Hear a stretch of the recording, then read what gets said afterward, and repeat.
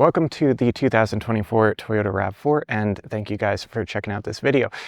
In this video, I'm just going to be going over pretty much all of the major features and specs that you need to know before you go out and actually buy this car. So speaking of that, if you do want to pick this car up, it starts at a price of right around $28,000 for the LE model. This right here is the XLE trim, which is just a little step up above that. So that starts at about $30,000. And then if you want to add on additional options, of course, it can go up from there.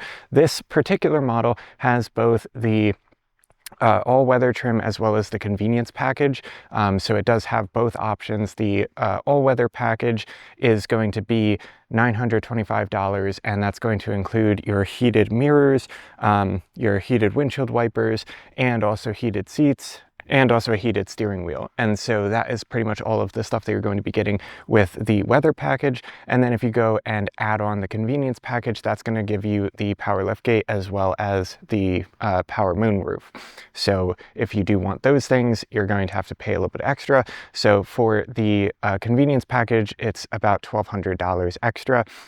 This also does have all-weather liners, which are installed from the factory, and I highly recommend you guys to get them if you are somebody who likes to go off-roading, or if you are doing snowboarding, or really anything that could potentially bring in external debris or something like that into your car. It makes it so much easier to clean.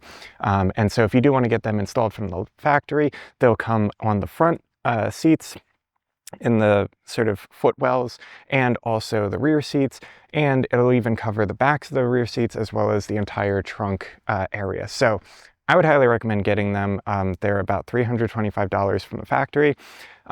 This also has mud guards and wheel locks and some other little bits and bobs, including the door sill plates and other things. But again, none of that is really super important. But starting off here, we have, of course, the Toyota Smart Key. So this is kind of what it looks like. And on the back, so you have 3 buttons for functions if you have the XLE with the convenience package. If you don't have the convenience package, you're not going to have the trunk button, obviously. But the nice thing is that with the Smart Key, you don't really need to actually use it that much if you are just trying to get into your car. So to get into the car, just have the key in your pocket and then put your hand on the inside. The car will unlock the driver's side door only, unless you change that in the settings. So that's kind of a nice safety feature. And then if you want to lock it, all you need to do is just touch on the side here, and that'll lock the car. And you can double check just before leaving if you want. The other thing that's really nice is that you have an app. So inside of the app, you can manually lock and unlock the car. You can also start it remotely. And it will give you some warnings and other things like that. If you open up the rear doors and you leave something back there, it'll tell you to check, or if you have doors unlocked or things like that. So it's just a really nice feature that they have built into the phone app. All right, so under the hood here, we have Toyota's A25A-FKS engine. So this is an inline 4-cylinder, which produces about 203 horsepower. It's a pretty standard Toyota engine. It's got an 8-speed automatic transmission, which is standard for the LE as well as the XLE because they're not hybrid models. Any of the hybrid models, though, you're going to be getting that eCVT transmission. And if you go all the way up to the XSE trim, which is going to be the RAV4 Prime, then you're going to be getting a hybrid system where it's going to be plug-in hybrid, so you can actually plug it in and drive in full EV mode. But that, again, gets quite a bit more expensive. So yeah. And as far as the latch mechanism, very, very easy. You have to kind of reach down in here underneath the hood. Very simple. As you saw, to pop the hood, it's just the right lever inside of the driver cabin. So if you just pull on that, it'll pop the hood up. Then you just reach down here, slide this to the right, lift it up, and unfortunately this doesn't have shocks for the hood, so you do have to lift it up manually and then prop it, but thankfully there is a lot of room here, so serviceability is going to be pretty simple. Another thing just to mention while we're in here is that the engine takes the SAE OW16 oil. And this is a direct injection engine, but it's a hybrid direct injection. So basically you don't have to worry as much about detergency. So it's going to be a little bit better in that regard than some of these other engines that are going to be full-on direct injection, where you really need to worry about detergency because the gas doesn't actually go over the pistons at all. Alright, so now hopping inside of the car, you can see that you have these very nice and large door pulls here. On the left side, you're going to see your left and right adjustments for your mirror, and you also have a little D-pad here. And so, as with pretty much any other car, if you want to actually get this thing started, you have a push button here for your push button start, and as long as the key is in your pocket, just push down on the brake pedal and hit the start button.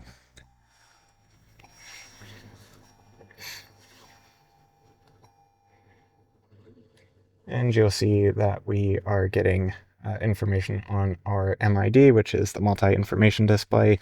You also have, of course, your main display over here, which is going to be taking care of all of your other things like CarPlay, if you have that set up. You have a couple of things here on the front dash. Parking brake is going to be on. A really nice thing about the RAV4 is that if you put it into park, it'll automatically engage the parking brake, and when you go into drive or reverse or anything else, it's going to automatically disengage. Alright, so basically here you're going to have a couple of things inside of the car. You're going to have your MID, which is the multi-information display, up here in the front. So on the left, you're going to have a standard analog tachymeter, and on the right, you're going to have your gas and your engine temperature. So it's very easy to read. You also have your speed limit up in the front on the top left. So that'll read the speed limit from any signs that are around you, which is a pretty nice feature to have, although it's kind of also built into Apple Maps and other things like that, which is part of Toyota's Safety Sense 2.5, which is what this car has. Right next to that, you can see that I have the digital speedometer, so it's just reading 0 right now, obviously, because we're not moving, and it also has kilometers per hour right next to it. So since I'm in the States, obviously we use miles per hour, but you can swap the two if you prefer. Then on the right, you can see that our headlights are on, and we also have automatic high beams on. If I turn automatic high beams off, you'll see that that turns off.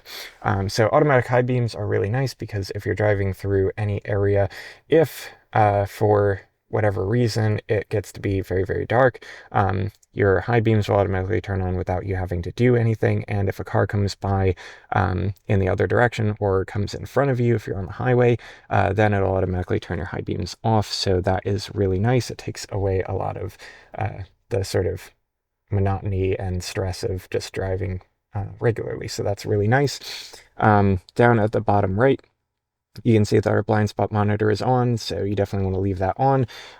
That'll just ensure that every time that somebody is coming up from behind you, that you're going to see that in your mirrors on the left and the right. You can also see the outside temperature in the middle.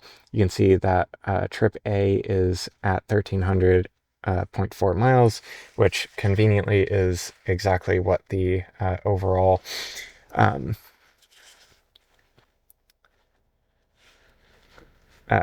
odometer reading is. And if you just push on this button here, you can cycle through. So you can see trip A, trip B, and odometer. I generally really don't use the trip A or trip B feature too much, but if you do want to do that, I believe that if you just go and you push and hold, it'll reset. So you can see that our trip A and trip B are now at 0 miles, and our odometer reading is still exactly the same. To the left of that, you can see park. So that is the gear that you're in. Obviously, that'll change if you choose a different one. And then on the left, you can see eco. So that's the drive mode that we're in. If I go to normal, you'll see that that goes away and the display turns gray. And then if I go into sport, and now you'll see that our gauge cluster turns red to sort of emphasize that sporty aspect of driving. So that is pretty cool. We'll go back to eco, and then you can see here that our distance to empty, it's going to update automatically as we drive, and it sort of sees how it's doing. So right now we are getting average of 28 miles per gallon or thereabouts. On the highway, you're usually going to be getting pretty close to 40, 38 to 40 on average. And for city driving, it's going to be a lot lower. It's usually like 17 to 20.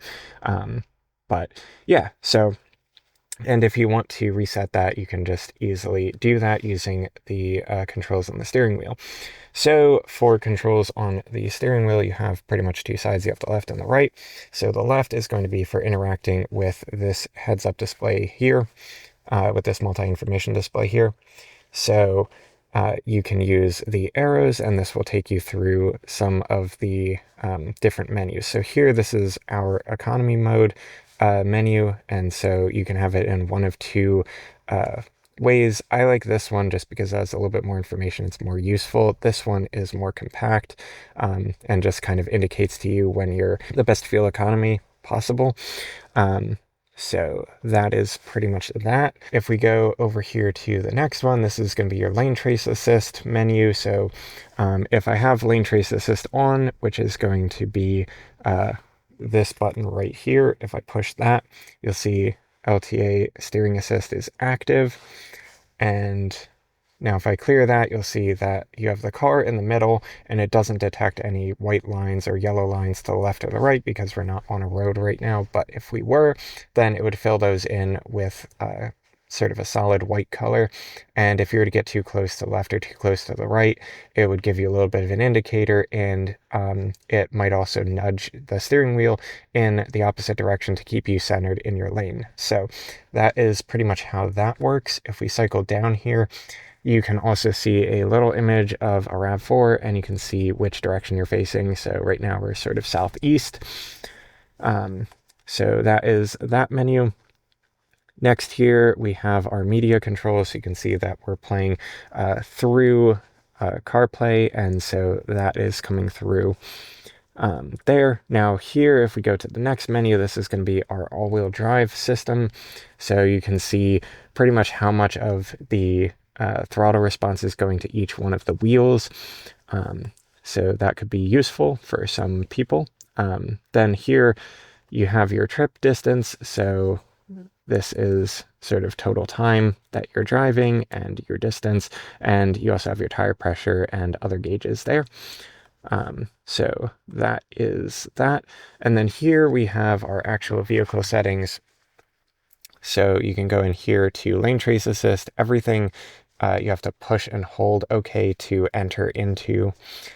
So here you can see lane center is off. So now I just turned that on, and you can see that we have our sensitivity on medium, or you can set it to max. So there's really only two settings there. Sway warning, this will just sort of tell you if you are excessively swaying or moving left and right. And so you can also set your sensitivity for that. Now here, this is your pre-collision system. So if we go through in here, you can change your sensitivity. You want this to generally be relatively sensitive, so that way if something happens, you have a little bit of advanced warning, and the car can kind of kick in and help if needed. And so again, you can turn that on or off.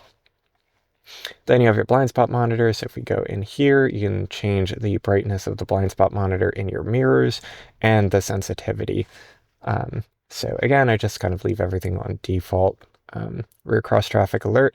This is going to be pretty much if you are in a parking lot or something like that and you didn't back in, if you're reversing, this will alert you on the main display if there's a person or a car or something like that coming from one of your blind spots. So that is another thing that is really nice.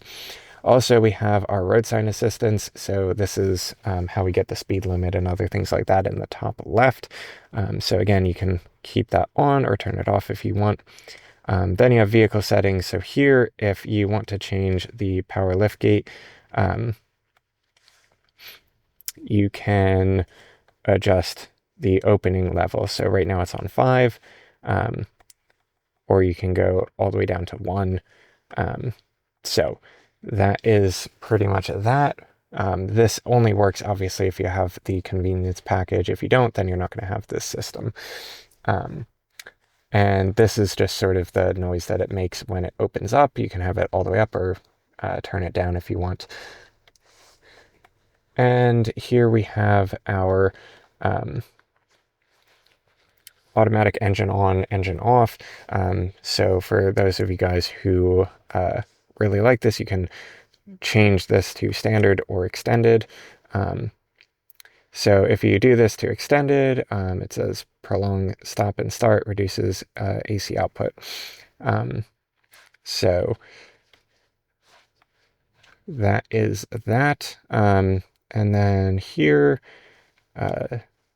this is your tire pressure and wheel sensors, so you can change the wheels or you can set pressure. This is pretty much service type stuff, so don't mess with it if you aren't doing the actual service. Rear seat reminder, so this is if somebody opens up the back seats, one of the back doors, and then closes them, or if you do that, it'll just remind you to check the back seat to make sure that you didn't leave anything behind when you leave. And then you also have your scheduled maintenance, so that is pretty much all of that. And then finally, we can go in here to settings, and this is where you can change your language, your units, your meter type. So if you don't like the digital gauge, you can change it to analog, and this is what analog looks like. I just like the digital one. I think it's a little bit cleaner. Eco indicator. So this is basically a little indicator that pops on in your bottom left, right next to the tachymeter, right below where it says eco right now. And that'll basically just tell you if you're getting the best fuel economy at any given point in time. And here you can also see some of these pop-up things that might show up. You can turn them on or you can turn them off. The duration for the auto on-off is pretty useful because it'll essentially calculate the total time that the engine has been turned off at stoplights and other things like that. So you can see over the course of like a 2 or 3 hour trip, maybe the engine turned off for like 5 or 6 minutes or something. So that can be pretty useful just to see like the amount of time that you had the engine off, which generally will help out with your fuel economy. And then here you can also turn off the multi-information display, but I don't really know why you would want to do that. And you can also restore default settings here if you want, but again, I'm also not going to do that. And then over here, if you have any warning messages or other things like that about service, then they will pop up here. But typically I just leave it on this screen, and then whenever important information needs to pop up, I'll just see it on this display. So that is pretty much that. Again, all of the navigation is very simple. It's just left, right, up, down, and then OK. And then if you want to go back, you just use the back arrow. For the phone call button, if you have CarPlay, or if you're using Android Auto, if you push this, it'll just open up the phone app on the main display. You have your volume down, volume up, and you have your voice assist button. So if you are using CarPlay, this will basically enable Siri. So if you just push and hold this, you'll get to talk to Siri. Right here, you have your follow distance. This is for your dynamic radar cruise control. So to enable dynamic radar cruise control, you just push this button right here, and you'll see that there is a green icon that shows up right there. It looks like a car with a little speedometer. So that is that. And now if I push on this button, you'll see 3 lines show up. That means 3 car lengths of following distance, 2 car lengths, 1 car length.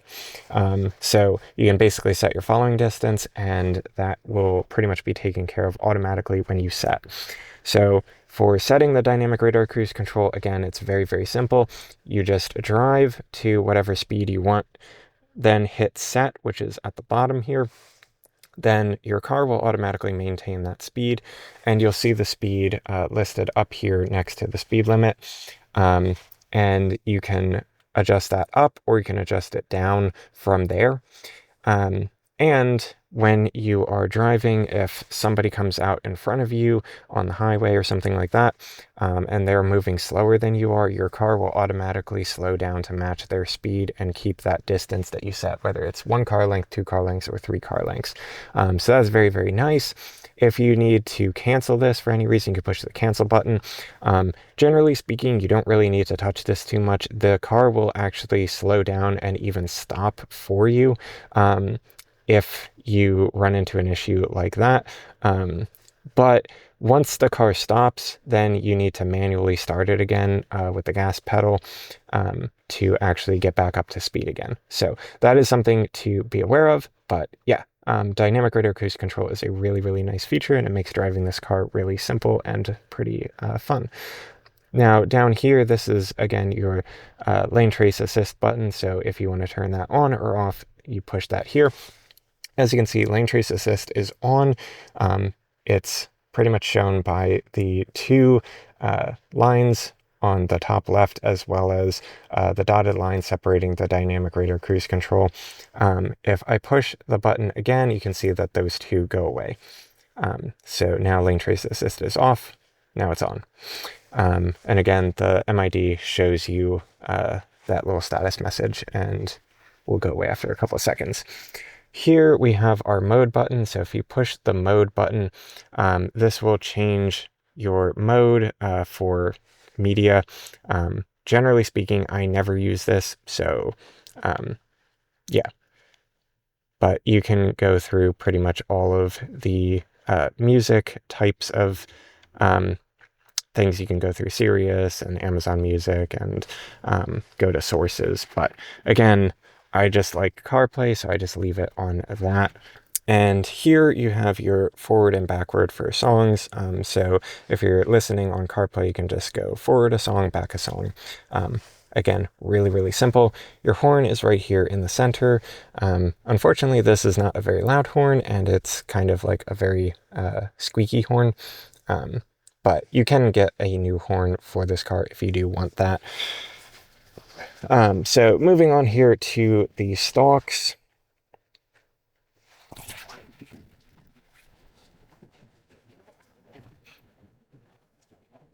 So you can see here that we have our rotation here, so we can turn this to auto. You can turn it to just the lights up here. You can turn it to daytime running lights only, I think is what that one is. Or actually, no, this is off. Or you can also turn daytime running lights off by going all the way down. But again, generally just leave things on auto. Then if we do turn signals, obviously it's going to be up on this one or down for left and right. And then here on the right stalk, if I move this center thing, I can sort of change the speed at which the automatic windshield wipers move. You can see here that I have off to go to mist.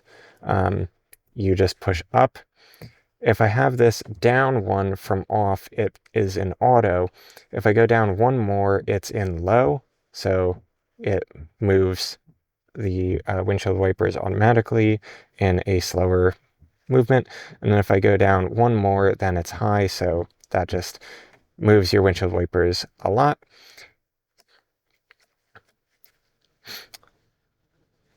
And then here for the rear ones, you can see that right now we're in off. You can change this to intermittent. And if you change it to intermittent, then if it needs to, it will automatically do the rear window wiper. Or you can have it as on. And if you have it as on, then it's just going to automatically keep going until you turn it off. So that is pretty much how that works. Also for your windshield washer fluid, if you pull forward on this, it's going to spray windshield washer fluid, and you will automatically have the windshield wipers going to clear off your windshield. And right here in the center console, we're going to have all of our climate controls. So for the XLE trim, you're going to have dual zone climate, so you can change independently what the left and right side are like. So to turn this on, you can pretty much just push the auto button. Now you'll see that we have our climates right here. And I have it in Eco Heat and Cool right now, which is basically just optimizing the fan speed and everything else for you in automatic. If you turn automatic off, well, actually, if you turn this off, then you can sort of manually adjust things. The auto light turns off. And here is your front defroster, which again will automatically turn on the heating mode for the mirrors. So if your mirrors are frosted, if you push this, this will automatically defrost them. The rear one will, of course, do the back window. Obviously, the down fan is to decrease your airflow speed, and the up fan is to increase your airflow speed. You can also push this button, which is going to direct the sort of heat and other things like that downwards towards your feet, or you can have it towards your face, or both at the same time. So generally speaking, you normally would just have like both at the same time or just the face. And then here you have your recirculation button. So if you go through an area that is very dirty, or there's airborne contaminants or something like that, this will be helpful. It'll just keep recirculating the air. Pretty standard stuff. And then there's also features where if somebody sits down in your passenger seat, it'll automatically decouple the left and right once they start adjusting. Or if you just manually adjust this side, you'll see that now it's decoupled and the sync light turns off. But if I turn the sync light back on, then it'll match the driver's side. And then you can also turn on and off the AC if you want. So that is pretty much that. It's a very, very simple type of thing. And so we'll just hit off there. Down here, we have our traction control on and off button. So if you hit this, it'll turn your traction control on and off. Right here, if you have the weather package, you're going to be getting heated seats for the front driver's side and the passenger seat. So if you hit up, that's going to put it into high. If you hit down, it's going to put it into low. And if you have it in the middle, it's off. So that is pretty standard and very, very simple, super easy to operate when you're driving. Down here, you're going to have a little display, which will show a lock icon when the car is locked and you go away. You'll also see that our passenger airbag is off, and the reason for that is that we don't have a passenger in right now. And so if somebody were to sit down, then this light would turn off and their airbag would be active. Right here, we have our engine on-off feature. So if you guys are not a fan of that, you can just hit this and it'll stay off for the entirety of your trip. But you just have to remember that every time that you get into the car and turn it back on, you're going to need to turn this off again because the car will just reset. So that is that. And as far as the main display here, you can see right now we are in CarPlay and we're in full screen. So here, this is just your sort of main display, and you can go here, you can search for destinations or other things like that, get your traffic alerts. And what's really, really nice is that if you are being told to turn somewhere, it will automatically show up on your MID the next direction to go. So it'll tell you left or right, and it'll also tell you like the street name and other things like that. So that's really, really, really helpful and something that I quite enjoy about CarPlay. So there's that. You can also go to music or messages or other things like that. Siri on this works very, very well. You can have your music pretty loud and Siri will still hear you. The only thing that I really don't like about CarPlay is just that when you are using CarPlay, if Siri is announcing things to you, sometimes the voice can be really quiet compared to your music. It doesn't really dim things enough, at least for me to hear super well. So that is one thing that's kind of frustrating. And I've tried going through settings and playing with things just to make sure that I'm hearing things as best I can. But I still just always find that it's a little bit too quiet for me. But you can see you can change wallpapers and other things like that. You can really customize it to make it your own. You can also change if it's dark mode or light mode. And maps will automatically adjust for you from dark mode to light mode when it turns dark outside, which is a pretty cool feature. So if we go and hit this button here, now we're into our actual Toyota menu. So here is your Toyota navigation. So if you pay for the service and stuff like that, and you want to use Toyota's built-in navigation, you can use that. Here, you can see that our source is CarPlay right now, but you can change your source and you can use the radio and other things like that. Here is your phone. Again, we're just using CarPlay for this. So if I hit the phone icon on the steering wheel, it'll go and default to my CarPlay. Then here you can see trip information. So our average speed is 0. You can see all of the information there. You can also see your history. So this is sort of your average fuel data for all of your trips. And so you can clear or you can update. You can also see all of your vehicle alerts, which there's none right now. Then if we go here to settings, you'll have your user, and you can add, I think, up to 2 people for your car, or you can do sign out and go to guest mode.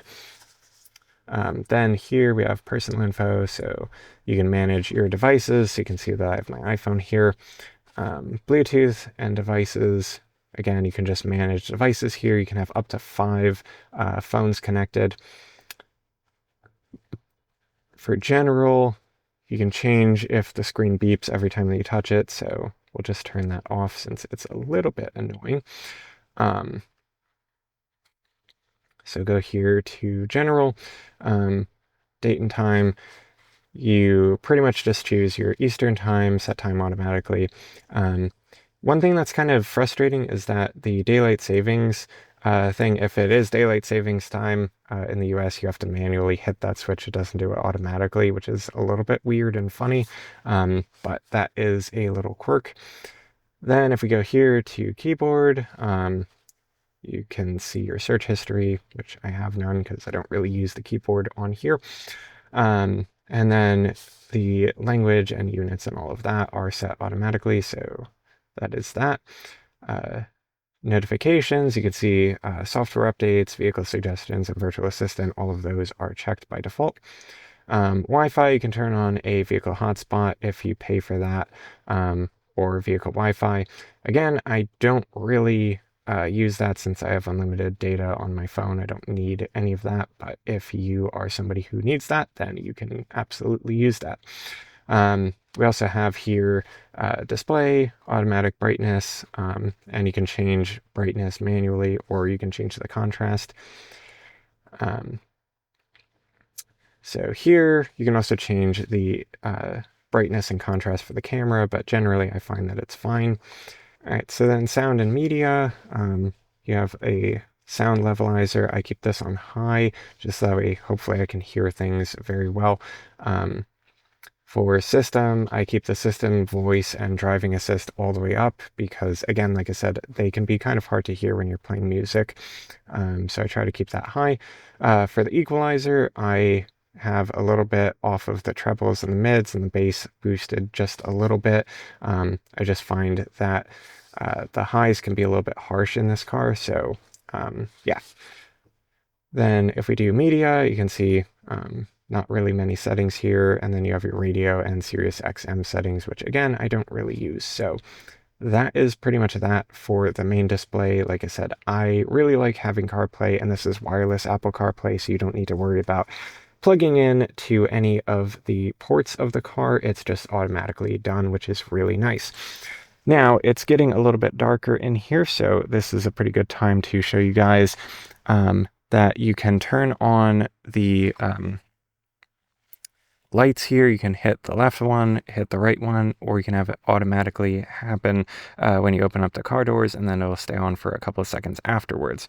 If you guys have, like me, the convenience package, you're going to be getting a moonroof, and so these are the controls for that. If you hit on the left side and you push this and hold it, it'll automatically open your moonroof all the way up, and then if you hit this, it'll close it and seal it. If you just want to open it up to get a little bit of airflow, you can just hit this right button, hold up, and it'll open up the back side. If you hit down, it'll automatically close it up a little bit, and you can see that this is our moonroof. So moving on to more of the controls that are inside of this car here, you can see we have our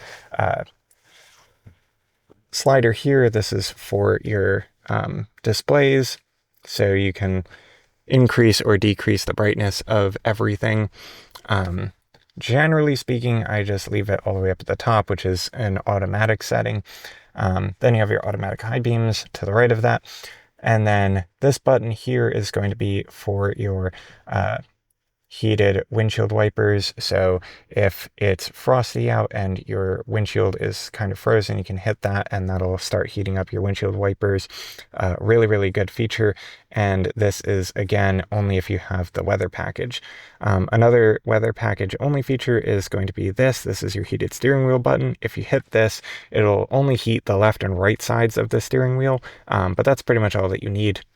Really, really nice, and it makes it feel like you're holding a warm cup of coffee, so that is pretty cool. And then to the right of that, if you have the convenience package, this is your lift gate. So if you push and hold this, it'll automatically open, and if you push and hold it again, it'll automatically close. On the driver's side on the left, you have your window controls. So pretty much everything is one touch. So for the driver's side, it's one touch open, one touch close. For the rear passengers, it's again one touch open, one touch close. So if you partially hold it, it'll just do momentary, so you can go up and down a little bit. Or if you push it in all the way and let go, it'll go all the way down. And then if you pull it out all the way, it'll go all the way up. So that is really, really convenient. Again, if you want to adjust your mirrors, you can choose left or right. And then you can use the little D-pad and that'll control your mirrors. So now here in your center console, it's really, really simple. You have your parking brake here, which you can manually release if you want. But again, it automatically releases when you change gear, so that is pretty nice and simple. Here you have your hold, so if you're at a stoplight or something like that and your foot gets tired of holding the brake, you can just push this and it will have your hold that'll turn on. It'll just say hold on the display, and you can let go of the brake when it is active, and then you will not be moving forward because it'll keep the brakes active even if you're not pressing them. So then down here we have our drive modes. So you have eco on the left, normal in the middle, and sport on the right. So I had already shown you on the display what that does. You also have 3 terrain modes. So you have snow, mud and sand, and rock and dirt. So if we go here to snow, you'll see up in the top right that snowflakes appear. If I do mud and sand, you can see that it turns into this kind of sand and like dusty type of environment. And then if we do rock and dirt, then you'll see that it changes into a more rugged, like rock and dirt type of look. So yeah, pretty simple and easy to work with. Here, we also have a couple of things. So you can see that we have a standard cigarette lighter, 12 volt, 120 watt outlet. And right next to that, we have a USB-A, which I think is kind of silly, especially in this day and age, but it's there. And then you have a pretty large area where you can put your phone. Unfortunately, this is not a wireless charging pad at this trim level, but if you have a higher one, like the XSE, you can get the wireless charger as a part of the technology package. Then for your shifter here, it's going to be a standard shifter, shift by wire, so it's very, very simple, very reliable. You have park, reverse, neutral, drive, obviously, and then if you're in drive, you can move over one and put it into a manual shifting mode where you can go up and down gears as you choose. And then, of course, here we have our hazard lights. If you want to turn those on, you have your two central vents here. You have two vents, one on the left and one on the right as well.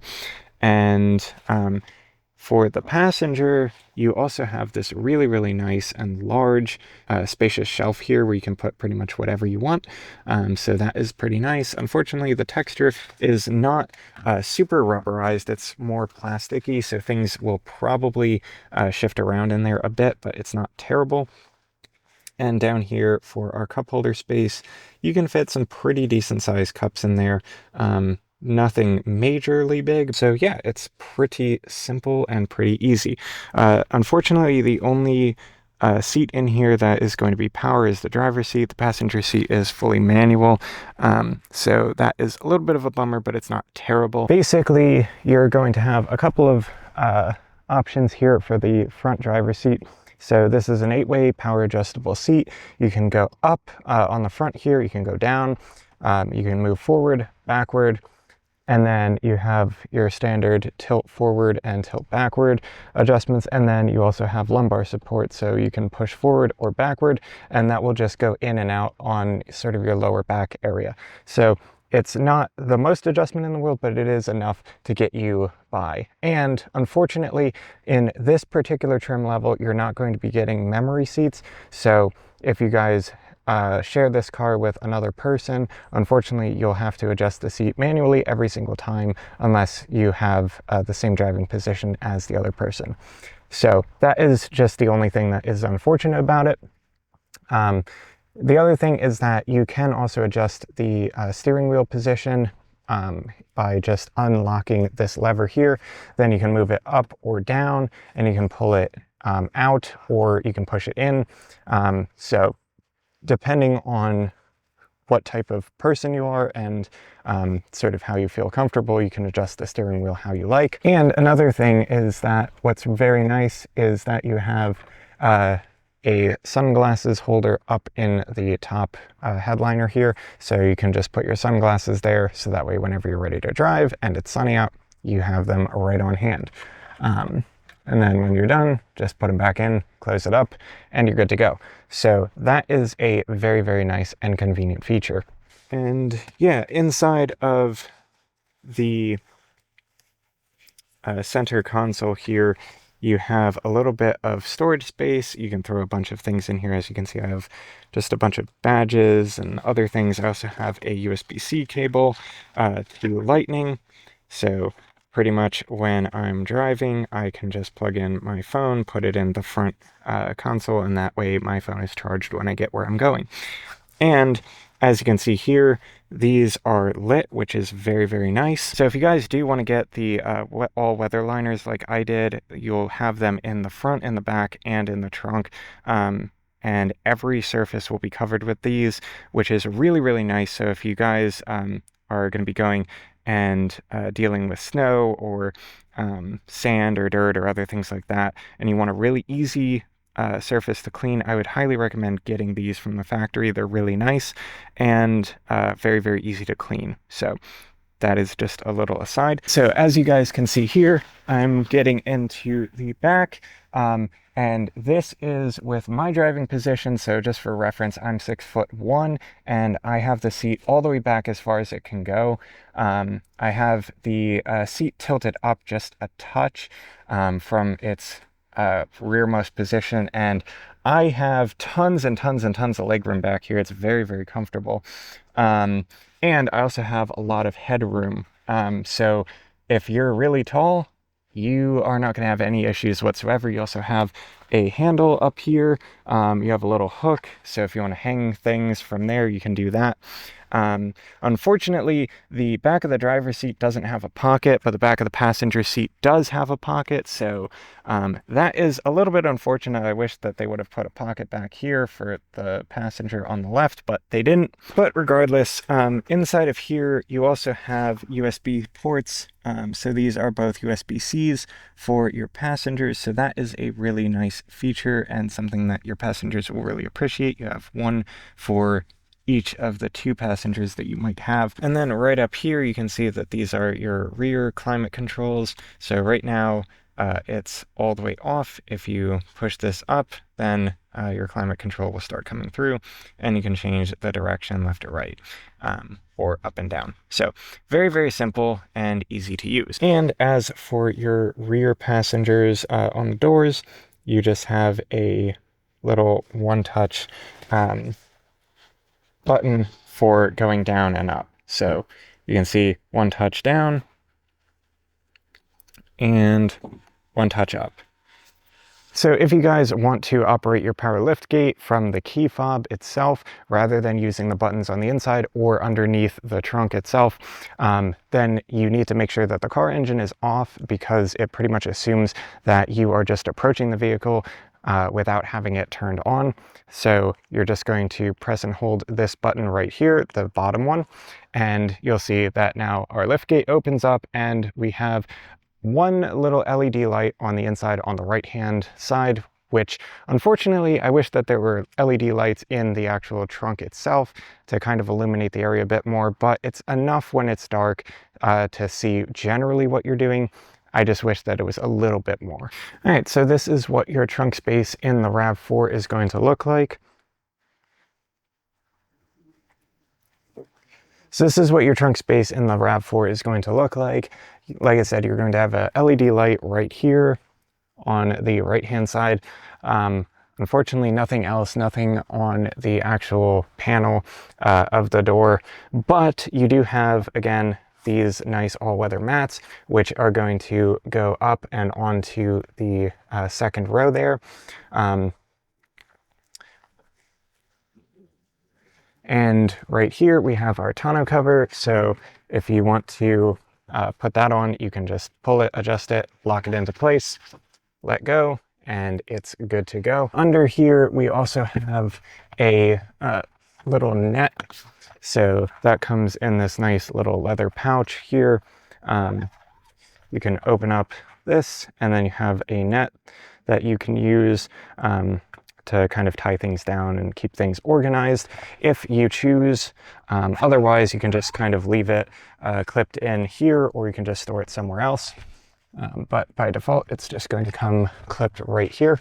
You can, if you're a bit taller like I am, push the front seats down like that, or you might need to open up the back door if you're a little bit on the shorter side. But regardless, with both seats down, you can see that we have quite a bit of space back here. And for the tonneau cover, you just pretty much push the two ends together, and that will release it from the sort of grip. And so now you can see that this is what your storage space looks like without the tonneau cover and with both seats folded down. So you have quite a bit of room. You could easily fit a couple people back here. You could fit pretty much anything that you want. So yeah, that is pretty much that. To put the tonneau cover back in, just simply prop it in on one side and then push it forward on the other side, and it's as easy as that. So while we're back here also, we'll take a look underneath this mat at the spare. So here we have a spare tire. Unfortunately, this is not a full-size tire, this is a half-size, but at least you do get a spare tire with this car. I know some cars do not come with spare tires these days, so that is something that's really nice to see. Of course, you have your jack here, and you have the accessories for the jack. And if you have wheel locks, I put mine in here just so that way, you know, it's all together if you need to replace your tire. All right, and another thing that I wanted to show off here really quickly, we have a regular cigarette lighter style port back here. If you have one of the higher end models, like the Woodland model or the TRD Off-Road, or I think even the XSE, you're going to have like an actual regular 120 watt wall outlet, but this is just going to be your cigarette lighter style on the lower end models. Now, you also are going to have this little area here that you can put some objects in, and if you need to expand it, you can just simply take this cover off.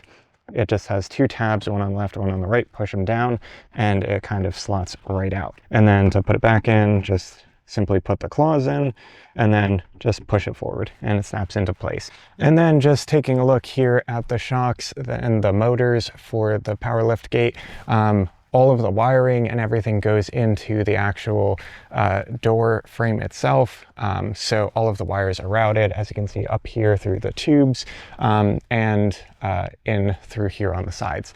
So this is a pretty standard configuration for Toyotas, which is nice. I believe it helps with repairability, although, you know, obviously if you're going to be having issues with this, you'd probably want to take it to the dealer unless you really know what you're doing. All right, and so when you're closing up your seats, both of them on the side are going to have little markers that are sort of red in color, as you can see right here. And when you push them in, they will lock into place. Those red markers will go away. That means that the seat is locked and it's safe to sit in. And for both seats on this 2/3 side or on the 1/3 side, you can adjust them back a little bit by just lifting up on the handle and then pushing the seat back until it clicks into place again. All right, so this has pretty much been my review of the 2024 RAV4. If you guys did like this, definitely make sure to drop a like, leave a subscribe, leave a comment down below if you guys have any questions or if you want a follow-up video or anything like that going over specific features or details. But with that being said, I will catch you guys in the next video. Later.